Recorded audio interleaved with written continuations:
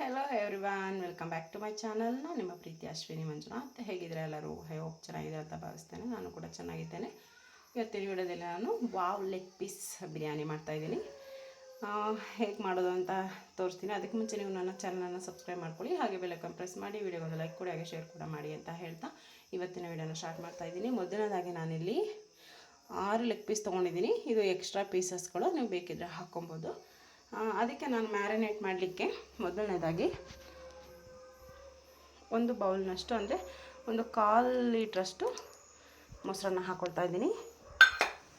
ಹಾಗೆ biryani chicken mutton biryani masala ಹಾಕ್ಕೊಳ್ತಾ ಇದ್ದೀನಿ. ಇದು 2 ಪ್ಯಾಕೆಟ್ ಹಾಕ್ಕೊಳ್ತಾ ಇದ್ದೀನಿ, 10 ರೂಪಾಯಿಂದು. ನಾನು ಸ್ವಲ್ಪ 2 ಗ್ಲಾಸ್ ಅಕ್ಕಿ ತೊಗೊಂಡಿದ್ದೀನಿ. ಅಕ್ಕಿ ಬಂದು ಬಾಸುಮತಿ ರೈಸು, ನೀವು ಯಾವ ನಾರ್ಮಲ್ ರೈಸಲ್ಲೂ ಕೂಡ ಮಾಡ್ಕೊಬೋದು. ಹಾಗೆ ಕಸೂರಿ ಮೆಥಿ, ನೆಕ್ಸ್ಟು 2 ಬೆಳ್ಳುಳ್ಳಿ ಮತ್ತು 1 ಇಂಚು ಶುಂಠಿ ಹಾಕಿ ರುಬ್ಕೊಂಡಿರುವಂತಹ ಶುಂಠಿ ಬೆಳ್ಳುಳ್ಳಿ ಪೇಸ್ಟ್. ಹಾಗೆ ಇಲ್ಲಿ ನೋಡ್ತಾ ಇರ್ಬೋದು,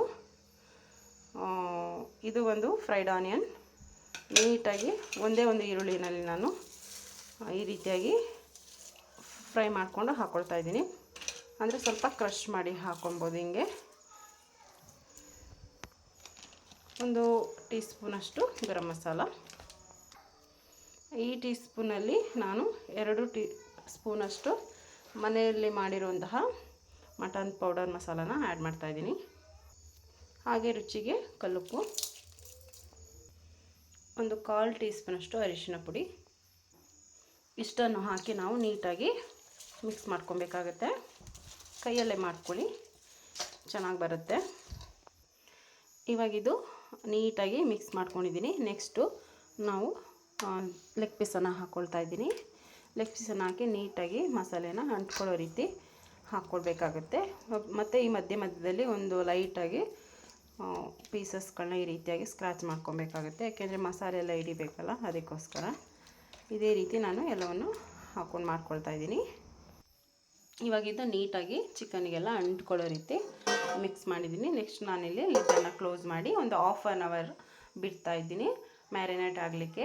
ಏನಪ್ಪ ಅಂದರೆ ನೀವು ಬೇಕಾದರೆ ಒಂದು 2 ಅವರ್ಸ್ 1 ಅವರ್ ಆದರೂ ಬಿಟ್ಕೊಂಡು ಮಾಡಿದ್ರೆ ಇನ್ನೂ ಚೆನ್ನಾಗಿರುತ್ತೆ. ಸ್ವಲ್ಪ ಬೇಗ ಮಾಡ್ಕೊಳ್ಳೋದ್ರಿಂದ ಒಂದು 1/2 ಅವರ್ ಸಾಕು. ನೆಕ್ಸ್ಟ್ ಇಲ್ಲಿ ಸೈಡಲ್ಲಿ ಇಟ್ಕೊಳ್ತಾ ಇದ್ದೀನಿ. ನಾನಿಲ್ಲಿ ಈ ಒಂದು ಕಪ್ಪಲ್ಲಿ ನಾನು 2 ಗ್ಲಾಸ್ ಅಕ್ಕಿಯನ್ನು ತೊಗೊಂಡಿದ್ದೀನಿ. ಇದು ಪ್ಯೂರ್ ಬಾಸುಮತಿ ರೈಸ್. ಇದನ್ನು ನಾನು ಒಂದು ಒಗ್ಗರಣೆ ಹಾಕಿ ಮ್ಯಾರಿನೇಟ್ ಆಗೋಷ್ಟರಲ್ಲಿ ಅದು ನೆನೆ ಹಾಕುತ್ತೆ. ಒಂದು 1/2 ಅವರ್ ಆಗುತ್ತೆ. ಅಲ್ಲಿ ತನಕ ಒಂದು 1/2 ಅವರ್ ನೀಟಾಗಿ ನೆನೆಸ್ಕೊಳ್ತಾ ಇದ್ದೀನಿ ನೀರಲ್ಲಿ, 1-2 ಬಾರಿ ವಾಶ್ ಮಾಡಿಕೊಂಡು. ಹಾಗೆ ಒಗ್ಗರಣೆಗೆ ಒಂದು 100 ml ಆಯಿಲ್ ಹಾಕ್ಕೊಂಡಿದ್ದೀನಿ. ಹಾಗೆ ಒಂದು 3ರಿಂದ 4 ಟೀ ಸ್ಪೂನಷ್ಟು ನಂದಿನಿ ತುಪ್ಪವನ್ನು ಆ್ಯಡ್ ಮಾಡ್ತಾಯಿದ್ದೀನಿ. ಅದೇನಲ್ಲಿ ಗಲೀಜ್ ಅಂತ ಅಂದ್ಕೊಬೇಡಿ, ನಾನು ಫ್ರೈಡ್ ಆನಿಯನ್ನ ಫ್ರೈಡ್ ಮಾಡಿರೋದಕ್ಕೋಸ್ಕರ ಅದು ಸ್ವಲ್ಪ ಚೂರುಗಳ ಥರ ಇದೆ. ಹಾಗೆ ನೆಕ್ಸ್ಟ್ ನಾನಿಲ್ಲಿ ಸ್ಪೈಸಸನ್ನು ತೊಗೊಂಡಿದ್ದೀನಿ. ನಾನೊಂದು 2 ಪಲಾವ್ ಎಲೆನ ಈ ಥರ ಚಿಕ್ಕದಾಗಿ ಪೀಸಸ್ಗಳನ್ನ ಮಾಡಿಟ್ಕೊಂಡಿದ್ದೀನಿ. ಹಾಗೆ ಒಂದು 2 ಚಕ್ಕೆ ಪೀಸ್ಗಳನ್ನ ಈ ಥರ ಚಿಕ್ಕದಾಗಿ ಅದನ್ನು ಪೀಸ್ ಮಾಡಿಟ್ಕೊಂಡಿದ್ದೀನಿ. ಒಂದು 5ರಿಂದ 6 ಲವಂಗ, 2 ಏಲಕ್ಕಿ, ಅರ್ಧ ಟೀ ಸ್ಪೂನ್ ಸೋಂಪು ಕಾಳುಗಳು, ಹಾಗೆ ಒಂದು ಸ್ಟಾರ್ ಹೂವು ಈ ಥರ ಪೀಸ್ ಮಾಡ್ಕೊಂಡಿದ್ದೀನಿ. ನೆಕ್ಸ್ಟು ಒಂದು 2 ಮರಾಠಿ ಮೊಗ್ಗು, ಸ್ವಲ್ಪನೇ ಕಲ್ವ ತೊಗೊಂಡಿದ್ದೀನಿ. ಇಷ್ಟು ಸ್ಪೈಸಸನ್ನು ಆ್ಯಡ್ ಮಾಡ್ತಾಯಿದ್ದೀನಿ. ಈಗ ಎಣ್ಣೆ ತುಪ್ಪ ಕಾದಿದೆ. ನೆಕ್ಸ್ಟು ಸ್ಪೈಸಸನ್ನು ಆ್ಯಡ್ ಮಾಡ್ಕೊಳ್ಳೋಣ. ಸ್ಪೈಸಸ್ ಅರೋಮ ಅಂದರೆ ಒಂದು ಪರಿಮಳ ಬರೋ ತನಕ ನಾವು ಫ್ರೈ ಮಾಡ್ಕೊಬೇಕಾಗತ್ತೆ. ಹಾಗೆ ಇಲ್ಲಿ ನಾನು ಒಗ್ಗರಣೆಗೆ ಒಂದು ಈರುಳ್ಳಿಯನ್ನು ಕಟ್ ಮಾಡಿಟ್ಕೊಂಡಿದ್ದೀನಿ. ಹಾಗೆ ಇಲ್ಲಿ ಲೈಟಾಗಿ ಸೀಳಿಟ್ಕೊಂಡಿದ್ದೀನಿ. 4ರಿಂದ 5 ಹಸಿಮೆಣಸಿನ್ಕಾಯಿ, ಒಂದು ಅರ್ಧ ಹಿಡಿಯಷ್ಟು ಪುದೀನ, ಅರ್ಧ ಕಟ್ಟಷ್ಟು ಸಾಂಬಾರು ಸೊಪ್ಪು ಹಾಕ್ಕೊಂಡಿದ್ದೀನಿ. ಹಾಗೆ 2 ಹುಳಿ ಟೊಮೆಟೊ ತೊಗೊಂಡಿದ್ದೀನಿ, 1 ನಿಂಬೆಹಣ್ಣು ತೊಗೊಂಡಿದ್ದೀನಿ. ನೆಕ್ಸ್ಟು ಸ್ಪೈಸಸ್ ಎಲ್ಲ ನೀಟಾಗಿ ಫ್ರೈ ಆಗ್ತಾಯಿದೆ. ಮೊದಲನೇದಾಗಿ ನಾನಿಲ್ಲಿ ಈರುಳ್ಳಿಯನ್ನು ಹಾಕ್ಕೊಳ್ತಾ ಇದ್ದೀನಿ. ಈರುಳ್ಳಿ ಸ್ವಲ್ಪ ಕಲರ್ ಬರೋ ತನಕ ನಾವು ಫ್ರೈ ಮಾಡ್ಕೊಬೇಕಾಗತ್ತೆ. ನೀಟಾಗಿ ಮಿಕ್ಸ್ ಮಾಡ್ಕೊಳ್ಳೋಣ ಆಯಿಲಲ್ಲಿ. ಈ ಈರುಳ್ಳಿ ಯಾಕೆ ಕಲರ್ ಬರೋ ತನಕ ನಾವು ನೀಟಾಗಿ ಫ್ರೈ ಮಾಡಬೇಕು ಅಂತ ಅಂದರೆ, ಈ ಕಲರ್ ಏನಿದೆ ಅದು ಫ್ಲೇವರ್ ಕೂಡ ಚೆನ್ನಾಗಿ ಕೊಡುತ್ತೆ ಅಂತಲೇ ಹೇಳ್ಬೋದು. ಆನಿಯನ್ನು ಇದು ತುಂಬಾ ಇಂಪಾರ್ಟೆಂಟ್ ಆಗುತ್ತೆ. ಇದರಲ್ಲಿ ನೀಟಾಗಿ ಗೋಲ್ಡ್ ಕಲರ್ ಬರೋ ತನಕ ನಾವು ಫ್ರೈ ಮಾಡ್ಕೊಬೇಕು. ನೀವು ನೋಡ್ತಾ ಇರ್ಬೋದು, ಲೈಟಾಗಿ ಕಲರಿಂಗ್ ಬರ್ತಾ ಇದೆ. ಈ ಟೈಮ್ನಲ್ಲಿ ನಾನು ಕಟ್ ಮಾಡಿ ಸೀಳಿ ಇಟ್ಕೊಂಡಿರೋಂತಹ ಹಸಿರು ಮೆಣಸಿನ್ಕಾಯಿನ ಹಾಕ್ಕೊಳ್ತಾ ಇದ್ದೀನಿ. ಹಾಕ್ಕೊಂಡು ಇದು ಸಹ ನೀಟಾಗಿ ಫ್ರೈ ಮಾಡ್ಕೊಳ್ಳೋಣ. ಹಾಗೆ ನೆಕ್ಸ್ಟು ಜೊತೆಯಲ್ಲೇ ಪುದೀನವನ್ನು ಆ್ಯಡ್ ಮಾಡ್ತಾಯಿದ್ದೀನಿ, ಸ್ವಲ್ಪ ಕೊತ್ತಂಬರಿ ಸೊಪ್ಪು, ಇಷ್ಟನ್ನು ಹಾಕಿ ನೀಟಾಗಿ ರಾಸ್ ಮೇಲೆ ಹೋಗೋ ತನಕ ಫ್ರೈ ಮಾಡ್ಕೊಬೇಕಾಗುತ್ತೆ. ಹಸಿಮೆಣ್ಸಿನ್ಕಾಯಿ, ಈರುಳ್ಳಿ ಹಾಗೆ ಪುದೀನ, ಸಾಂಬಾರು ಸೊಪ್ಪು ಇದೆಲ್ಲ ನೀಟಾಗಿ ಫ್ರೈ ಆಗಿದೆ. ನೆಕ್ಸ್ಟು ಟೊಮೆಟೊ ಹಾಕ್ಕೊಳ್ತಾ ಇದ್ದೀನಿ. ಟೊಮೆಟೊ ಕಂಪ್ಲೀಟಾಗಿ ಸಾಫ್ಟ್ ಆಗೋವರೆಗೂ ನಾವು ಫ್ರೈ ಮಾಡ್ಕೊಬೇಕು. ಅದೊಂದು ಫ್ಲೇವರ್ ಬರುತ್ತೆ, ಅಲ್ಲಿ ತನಕ ಫ್ರೈ ಮಾಡ್ಕೊಬೇಕಾಗುತ್ತೆ, ರಾಸ್ ಮೇಲೆ ಹೋಗೋ ತನಕನೂ. ಇಲ್ಲಾಂದರೆ ಚೆನ್ನಾಗಿರೋದಿಲ್ಲ. ಮಧ್ಯದಲ್ಲಿ ಹಾಗೆ ಹಸಿ ಸಿಗುತ್ತೆ, ತಿನ್ನಲಿಕ್ಕೂ ಅಷ್ಟು ರುಚಿಯಾಗಿರೋದಿಲ್ಲ ಅಂತಲೇ ಹೇಳ್ಬೋದು. ಟೊಮೆಟೊ ಕೂಡ ಸಾಫ್ಟಾಗಿ ಬೇಯಬೇಕು ಅಂತ ಹೇಳಿದ್ರೆ ನಾವು ಸ್ವಲ್ಪ ಲಿಡ್ಡನ್ನು ಕ್ಲೋಸ್ ಮಾಡಿ ಒಂದು 2 ರಿಂದ 3 ನಿಮಿಷ ಮಧ್ಯದಲ್ಲಿ ತಿರುಗಿಸ್ಕೊಂಡು ಫ್ರೈ ಮಾಡ್ಕೊಬೇಕಾಗತ್ತೆ. ಟೊಮೆಟೊ ಕೂಡ ಸಾಫ್ಟಾಗಿ ಬೆಂದಿದೆ.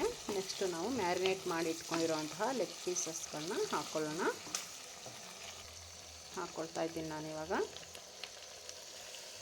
ಈ ಒಂದು ಲೆಗ್ ಪೀಸ್ ಬಿರಿಯಾನಿ ಮಾಡ್ತಾ ಇರಬೇಕಾದ್ರೆ ನಾವು ಪಾತ್ರೆಯನ್ನು ಅಗಲವಾಗಿರುವಂಥ ಪಾತ್ರೆನ ಇಟ್ಕೊಂಡು ಮಾಡ್ಕೊಬೇಕಾಗುತ್ತೆ.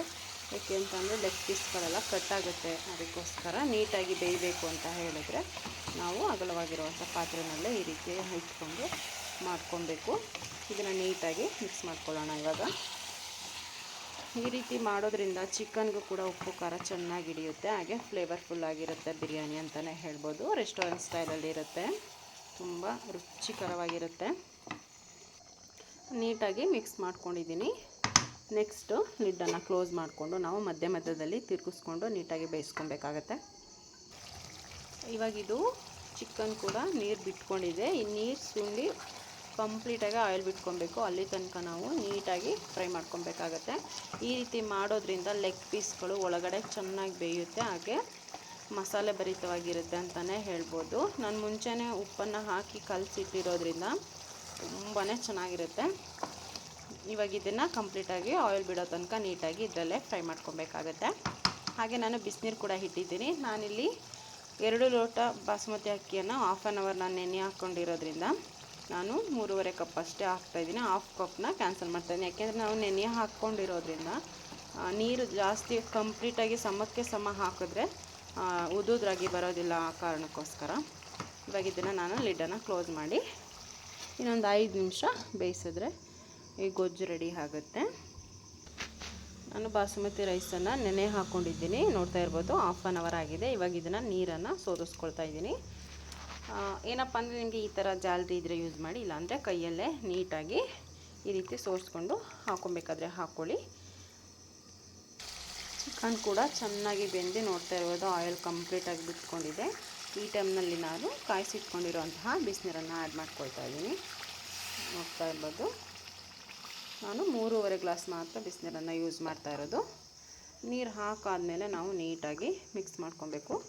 ಈ ನೀರು ಹಾಕಿದ್ಮೇಲೂ 1-2 ನಿಮಿಷ ನಾವು ಬೇಯಿಸ್ಕೊಬೇಕಾಗತ್ತೆ. ಈ ಥರ ನೀಟಾಗಿ ಬೇಯೋದ್ರಿಂದ ತುಂಬ ಚೆನ್ನಾಗಿರುತ್ತೆ, ಫ್ಲೇವರ್ ಬಿಟ್ಕೊಳ್ಳುತ್ತೆ ಅಂತಲೇ ಹೇಳ್ಬೋದು. ಈಗ ಜೊತೆಯಲ್ಲೇ ರೈಸನ್ನು ಹಾಕಿ ಮಾಡಿದ್ರೆ ಅಷ್ಟು ಮಜಾ ಇರೋದಿಲ್ಲ ತಿನ್ನಲಿಕ್ಕೆ, ಹಾಗೆ ಫ್ಲೇವರ್ ಕೂಡ ಅಷ್ಟು ಚೆನ್ನಾಗಿ ಬರೋದಿಲ್ಲ ಅಂತಲೇ ಹೇಳ್ಬೋದು. ಇವಾಗ ಇದನ್ನು ನೀಟಾಗಿ ಮಿಕ್ಸ್ ಮಾಡಿದ್ದೀನಿ. ನೆಕ್ಸ್ಟ್ ಮುಂಚೆ ಉಪ್ಪು ಕೂಡ ಹಾಕಿದ್ದೆ, ಈಗ ರುಚಿಗೆ ತಕ್ಕಷ್ಟು ಹಾಕ್ಕೊಳ್ತಾ ಇದ್ದೀನಿ.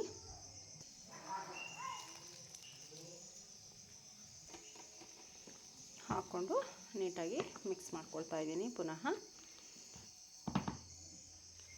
ಇವಾಗ ಇದನ್ನು ಲಿಡ್ಡನ್ನು ಕ್ಲೋಸ್ ಮಾಡಿ ಒಂದು 5 ನಿಮಿಷ ಬೇಯಿಸ್ಕೊಬೇಕಾಗತ್ತೆ. 5 ನಿಮಿಷಗಳಾಗಿದೆ, ನೀಟಾಗಿ ಬೆಂದಿದೆ, ನೋಡ್ತಾ ಇರ್ಬೋದು. ಆಯಿಲ್ ಕೂಡ ಬಿಟ್ಕೊಂಡಿದೆ ಮೇಲೆ. ನಾನಿಲ್ಲಿ ಸೋರಿಸ್ಕೊಂಡಿರೋಂಥ ಅಕ್ಕಿಯನ್ನು ಹಾಕ್ಕೊಳ್ತಾ ಇದ್ದೀನಿ. ನಾನು ಅದೇ ರೀತಿ ಕುಕ್ಕರ್ನಲ್ಲಿ ಕೂಗಿಸ್ಕೊಳ್ಳೋದಿಲ್ಲ, ಓಪನಲ್ಲೇ ಮಾಡ್ಕೊಳ್ತಾ ಇದ್ದೀನಿ ನೀಟಾಗಿ. ಇವಾಗ ಮಿಕ್ಸ್ ಮಾಡ್ಕೊಳ್ಳೋಣ. ಈ ಥರ ಸೈಡಿಂದ ಮಿಕ್ಸ್ ಮಾಡ್ಕೊಬೇಕಾಗತ್ತೆ. ನೀಟಾಗಿ ಮಿಕ್ಸ್ ಮಾಡ್ಕೊಳ್ತಾ ಇದ್ದೀನಿ. ಮಿಕ್ಸ್ ಆಗಿದೆ. ನೆಕ್ಸ್ಟ್ ಪುನಃ ಲಿಡ್ಡನ್ನು ಕ್ಲೋಸ್ ಮಾಡಿ ಬೇಯಿಸ್ಕೊಬೇಕಾಗತ್ತೆ. ಇವಾಗಿದು ಕುದೀತಾ ಇದೆ. ನೆಕ್ಸ್ಟು ನಾನೇನು ತೊಗೊಂಡಿದ್ದೆ ನಿಂಬೆಹಣ್ಣು, ಅದನ್ನು ಈ ಟೈಮ್ನಲ್ಲಿ ಹಾಕ್ಕೊಳ್ತಾ ಇದ್ದೀನಿ.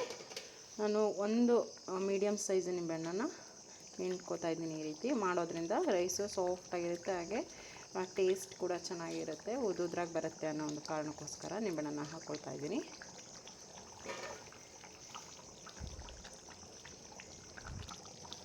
ನಿಂಬೆಹಣ್ಣನ್ನು ಹಿಂಡಿದ್ದಾಗಿದೆ. ನೆಕ್ಸ್ಟು ಪುನಃ ನಾನು ಮಿಕ್ಸ್ ಮಾಡಿಕೊಂಡು ಲಿಡ್ಡನ್ನು ಕ್ಲೋಸ್ ಮಾಡಿ ಬೇಯಿಸ್ಕೊಳ್ತಾ ಇದ್ದೀನಿ. ನಿಧಾನವಾಗಿ ಮಿಕ್ಸ್ ಮಾಡ್ಕೊಬೇಕಾಗತ್ತೆ, ಯಾಕೆಂದರೆ ಕೈಗೆ ಆರಿಬಿಡುತ್ತೆ, ಅವಕ್ಕೊಂದು ಕುದಿ ಅಂತಲೇ ಹೇಳ್ಬೋದು.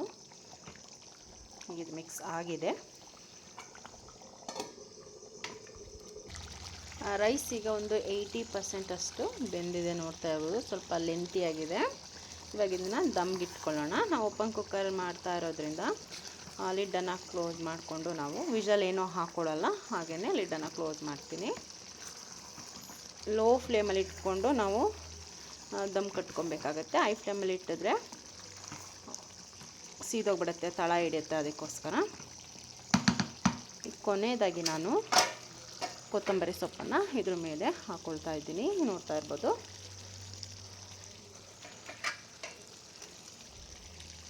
ಹಾಕ್ಕೊಂಡಿದ್ದಾಗಿದೆ. ಅಲ್ಲಿ ಕ್ಲೋಸ್ ಮಾಡಿದ್ದೀನಿ. ಹಾಗೆ ಫ್ಲೇಮ್ ಕೂಡ ತುಂಬ ಕಡಿಮೆ ಇಟ್ಕೊಂಡಿದ್ದೀನಿ. ಇದೊಂದು 10 ಮಿನಿಟ್ಸ್ ಆಗುತ್ತೆ. ಅಷ್ಟರಲ್ಲಿ ನಾವು ಪ್ಲೇಟನ್ನು ರೆಡಿ ಇಟ್ಕೊಳ್ಳೋಣ. 10 ಮಿನಿಟ್ಸ್ ಆಗಿದೆ. ನಾನು ಗ್ಯಾಸ್ ಸ್ಟವ್ನ ಆಫ್ ಮಾಡ್ಕೊಳ್ತಾ ಇದ್ದೀನಿ. ಹಾಗೆ ಲಿಡ್ಡನ್ನು ಓಪನ್ ಮಾಡ್ತಾ ಇದ್ದೀನಿ. ನೋಡ್ತಾ ಇರ್ಬೋದು, ಆಯಿಲ್ ಕೂಡ ಚೆನ್ನಾಗಿ ಬಿಟ್ಕೊಂಡಿದೆ ಮೇಲೆ. ಈ ಥರ ಸೈಡಿಂದ ನಾವು ಇದನ್ನು ಈ ರೀತಿ ಬಿಡಿಸ್ಕೊಬೇಕಾಗತ್ತೆ. ನೋಡಿ ಎಷ್ಟು ಚೆನ್ನಾಗಿದೆ ಅಂತ ಹೇಳಿ. ತುಂಬಾ ಅದ್ಭುತವಾಗಿ ಬಂದಿದೆ ಬಿರಿಯಾನಿ. ಇದನ್ನು ಮಿಕ್ಸ್ ಮಾಡಿ 1-2 ನಿಮಿಷ ನಾವು ಹಾಗೆ ಬಿಟ್ಬಿಡೋಣ, ಏಕೆಂದರೆ ಆಯಿಲೆಲ್ಲ ರೈಸ್ಗೆ ಎಳ್ಕೊಬೇಕಲ್ಲ, ಅದಕ್ಕೋಸ್ಕರ ನಾನು ಆ ರೀತಿ ಮಾಡ್ತಾಯಿದ್ದೀನಿ. ಲೆಗ್ ಪೀಸ್ ಕೂಡ ನೋಡ್ತಾ ಇರ್ಬೋದು, ಚೆನ್ನಾಗಿ ಬೆಂದಿದೆ. ಇವಾಗಿದು ಪರ್ಫೆಕ್ಟಾಗಿ ಸಾಫ್ಟಾಗಿದೆ. ನಾನು ಸರ್ವ್ ಮಾಡ್ಕೊಳ್ತಾ ಇದ್ದೀನಿ. ಮೊದಲನೇದಾಗಿ ನಾನು ರೈಸನ್ನು ಹಾಕ್ಕೊಳ್ತಾ ಇದ್ದೀನಿ. ರೈಸ್ ಮಿಕ್ಸ್ ಲೆಗ್ ಪೀಸ್ ನೋಡ್ತಾ ಇರ್ಬೋದು, ತುಂಬ ಕಲರ್ಫುಲ್ಲಾಗಿದೆ. ನಿಮಗೂ ಇದೇ ರೀತಿ ಮನೆಯಲ್ಲಿ ಮಾಡ್ಕೊಂಡು ತಿನ್ನಬೇಕು ಅಂತ ಅನಿಸಿರುತ್ತೆ. ಅಷ್ಟು ಕಲರ್ಫುಲ್ಲಾಗಿದೆ. ನೀವು ಒಮ್ಮೆ ಮನೆಯಲ್ಲಿ ಟ್ರೈ ಮಾಡಿ, ಹಾಗೆ ಕಮೆಂಟ್ ಬಾಕ್ಸಲ್ಲಿ ಹೇಗಿದೆ ಅಂತ ತಿಳಿಸಿ ಅಂತ ಹೇಳ್ತಾ, ಈ ವಿಡಿಯೋ ಇಷ್ಟ ಆಗಿದೆ ಅಂತ ಭಾವಿಸ್ತೀನಿ ಫ್ರೆಂಡ್ಸ್. ನೆಕ್ಸ್ಟ್ ವಿಡಿಯೋದಲ್ಲಿ ಸಿಗ್ತೀನಿ. ಅಲ್ಲಿ ತನಕ ಟೇಕ್ ಕೇರ್, ಬಾಯ್ ಬಾಯ್. ನೀವು ನೋಡ್ತಾ ಇರ್ಬೋದು, ಇಲ್ಲಿ ರೈಸು ಲೈಕ್ ಉದ್ದ ಇದೆ. ತುಂಬಾ ಚೆನ್ನಾಗಿರುತ್ತೆ ಬಾಸುಮತಿ ರೈಸಲ್ಲಿ ಬಿರಿಯಾನಿ ಮಾಡಿದ್ರೆ ಅಂತಲೇ ಹೇಳ್ತಾ, ನೆಕ್ಸ್ಟ್ ವಿಡಿಯೋದಲ್ಲಿ ಸಿಗ್ತೀನಿ. ಟೇಕ್ ಕೇರ್, ಬಾಯ್ ಬಾಯ್.